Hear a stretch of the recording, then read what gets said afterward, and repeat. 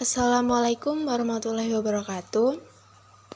Baiklah, perkenalkan saya Diana Larasati dari kelas MBS 1A dengan NIM 235211022. Di sini saya akan menjelaskan materi tentang logika sebagai sarana berpikir ilmiah.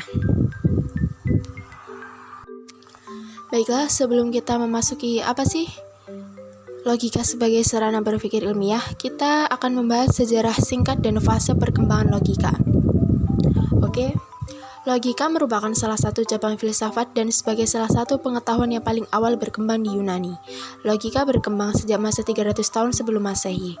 Kita melihat bahwa perkembangan ilmu diawali ketika manusia tergerak untuk menggunakan kemampuan akal budinya di dalam memahami apa yang terjadi pada alam sekitarnya.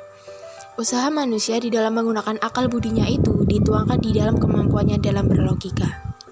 Muncul logika sebagai salah satu cara berpikir tidak bisa begitu saja terlepas dari pengaruh pemikiran silogisme Aristoteles. Walaupun konon cara berpikir seperti ini sudah ada 2 abad sebelum zaman Aristoteles, sehingga ia hanyalah berperan dalam mendeskripsikan pola cara berpikir tersebut, namun bukan sebagai pencetus awal pandangan tersebut. Perkembangan selanjutnya dalam rentang waktu abad 13 sampai abad 15, sebut saja Roger Bacon, Petrus Hispanus, mereka mencoba menampilkan suatu logika pembacaan berbeda dengan apa yang ditawarkan oleh pendahulu mereka, yaitu Aristoteles. Logika tersebut dikenal dengan sebutan ars magna. Ia adalah semacam aljabar pengertian dengan maksud membuktikan kebenaran tertinggi silogisme, dan ars magna keduanya menjadi bagian dari pola pikir yang turut mewarnai perkembangan keilmuan di dunia masa itu. Sebelum lahir Francis Bacon yang menawarkan sebuah metode yang diklaim baru yang disebut dengan metode penalaran induktif dalam karyanya Novum Organum Scientiarum. Leibniz yang mengenalkan logika aljabar dalam memberi kepastian, ataupun Kant yang menemukan logika transendental. Puncak dari perkembangan logika ini berakhir sebagai suatu cara pandang terhadap dunia.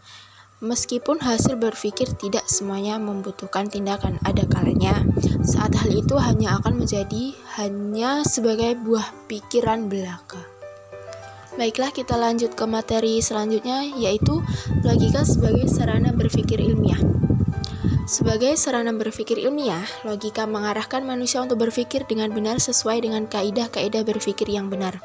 Dengan logika, manusia dapat berpikir dengan sistematis dan dapat dipertanggungjawabkan kebenarannya. Jika ingin melakukan kegiatan berpikir dengan benar, maka harus menggunakan kaidah-kaidah berpikir yang logis. Dengan logika dapat dibedakan antara proses berpikir yang benar dan proses berpikir yang salah. Selanjutnya, di sini ada poin, yaitu menurut Susanto ada 3 aspek penting dalam memahami logika. Apa saja? Yang pertama yaitu pengertian. Pengertian merupakan tanggapan atau gambaran yang dibentuk oleh akal budi tentang kenyataan yang dipahami atau merupakan hasil pengetahuan manusia mengenai realitas. Yang kedua yaitu proposisi atau pernyataan. Proposisi atau pernyataan ini adalah rangkaian dari pengertian-pengertian yang dibentuk oleh akal budi atau merupakan pernyataan mengenai hubungan yang terdapat di antara 2 buah term. Yang ketiga yaitu ada penalaran. Penalaran adalah suatu proses berpikir menghasilkan pengetahuan. Keberadaan ketiga aspek tersebut sangatlah penting dalam memahami logika. Dimulai dari membentuk gambaran tentang objek yang dipahami, kemudian merangkainya menjadi sebuah hubungan antar objek, dan terakhir melakukan proses berpikir yang benar untuk menghasilkan pengetahuan. 3 aspek dalam logika tersebut harus dipahami secara bersama-sama bagi siapapun yang hendak memahami dan melakukan kegiatan ilmiah. Tanpa melalui ketiga proses aspek logika tersebut, manusia akan sulit memperoleh dan menghasilkan kegiatan ilmiah yang benar. Oke, setelah membahas 3 aspek penting dalam logika, sekarang kita akan membahas 2 bentuk logika yang sekarang kita kenal dengan istilah deduksi dan induksi. Ini menurut Aristoteles. Yang pertama yaitu logika deduksi, dikenal juga dengan nama silogisme, adalah menarik kesimpulan dari pernyataan umum atas hal yang khusus. Yang kedua yaitu ada logika induksi, adalah kebalikan dari deduksi, yaitu menarik kesimpulan dari pernyataan-pernyataan yang bersifat khusus menuju pernyataan umum. Baik, sekarang memasuki poin yang keenam yaitu hubungan logika dengan filsafat. Keterkaitan antara ilmu filsafat dan ilmu logika yaitu logika sebagai dasar filsafat dan sebagai sarana ilmu yang merupakan jembatan penghubung antara filsafat dan ilmu. Cabang-cabang dari filsafat ilmu yaitu adanya pokok permasalahan yang dikaji filsafat mencakup 3 segi, salah satunya yaitu logika, apa yang disebut benar dan apa yang disebut salah. Yang kedua yaitu logika sebagai cabang filsafat. Logika adalah sebuah cabang filsafat yang praktis.